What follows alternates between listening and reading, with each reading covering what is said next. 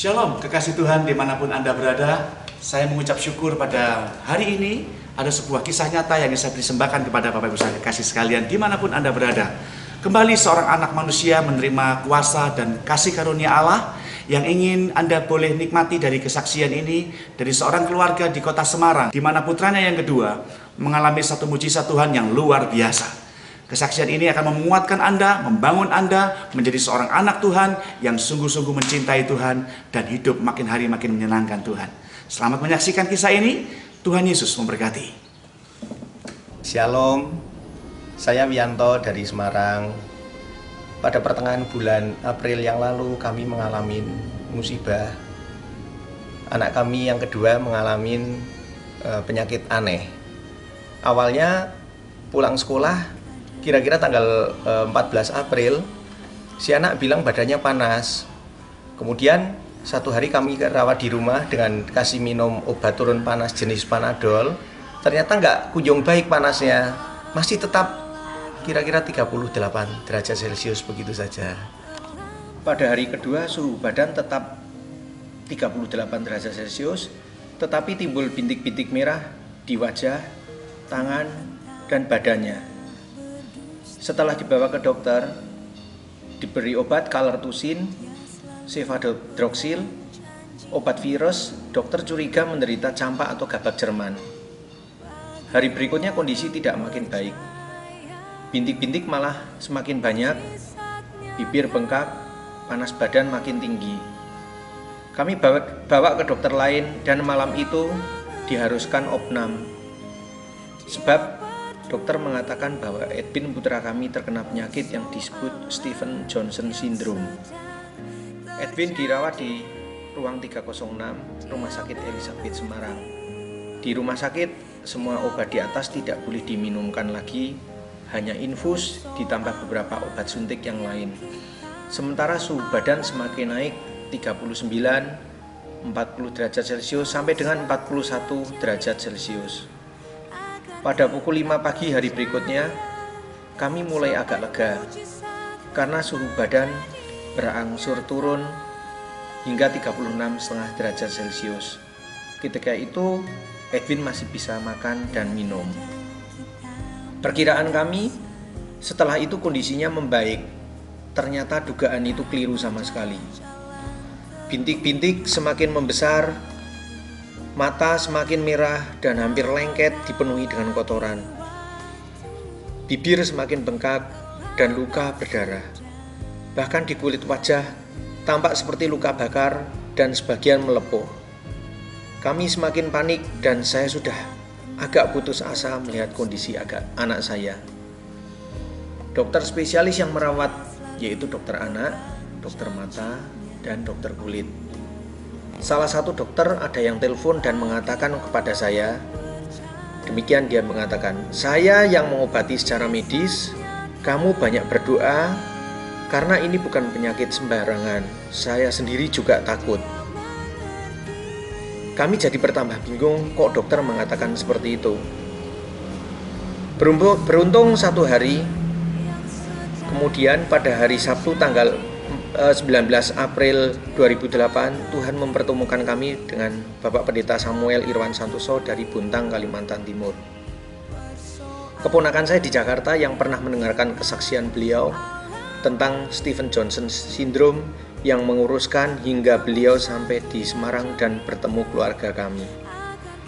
Setelah beliau datang dari Buntang ke Rumah Sakit Elizabeth Semarang dan saat melihat Edwin, beliau langsung berdoa memohon agar suhu badan Edwin tidak naik lebih dari 37 derajat Celcius.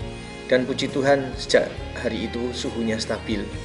Kemudian beliau mendoakan kami sekalian dan mengajak untuk ambil bagian doa puasa bersama dan merendahkan diri dengan Tuhan, serta membereskan segala kehidupan kami sebagai orang tua Edwin. Dengan 2 Tawarik 7, pasal 7 yang ke-14, kami memohon belas kasihan Tuhan. Kami semakin percaya dan pasrah kepada Tuhan Yesus sambil dengan setia merawat Edwin. Setiap saat kotoran di matanya kami bersihkan, karena dokter bilang kalau sampai mata lengket di Semarang atau Jakarta belum bisa menyembuhkan. Demikian juga dengan luka di bibir atau di mulutnya. Selalu kami olesi dengan minyak agar tidak rapat atau lengket. Ketika itu, untuk minum saja sudah tidak bisa, hanya menggunakan pipet atau sedotan. Edwin sering menangis karena sakitnya, apalagi saat minum obat. Obat yang kami minumkan pakai pipet pun bercampur darah di mulutnya. Banyak obat yang tidak dapat diminum karena ia suka menggeliat kesakitan di lambungnya setelah minum obat. Menurut dokter, sindrom Stephen Johnson juga menyerang seluruh rongga mulut sampai dengan saluran pencernaan, juga saluran kencing. Sampai dengan hari ke-7 dirawat di rumah sakit, kami melihat mengerikan dan mengkhawatirkan sekali. Keadaan Edwin labil sekali. Gosong-gosong di kulit semakin jelas, bahkan ada sebagian yang melepuh persis seperti luka bakar. Bahkan saat itu di tengah malam, muntah-muntah sempat bercampur darah ada beberapa tetes. Semula hanya perasaan cemas dan khawatir, tapi kami banyak dibimbing Pak Pendeta Samuel secara rohani yang dengan setia selama 5 hari mendampingi di rumah sakit Semarang, di rumah sakit Elizabeth Semarang.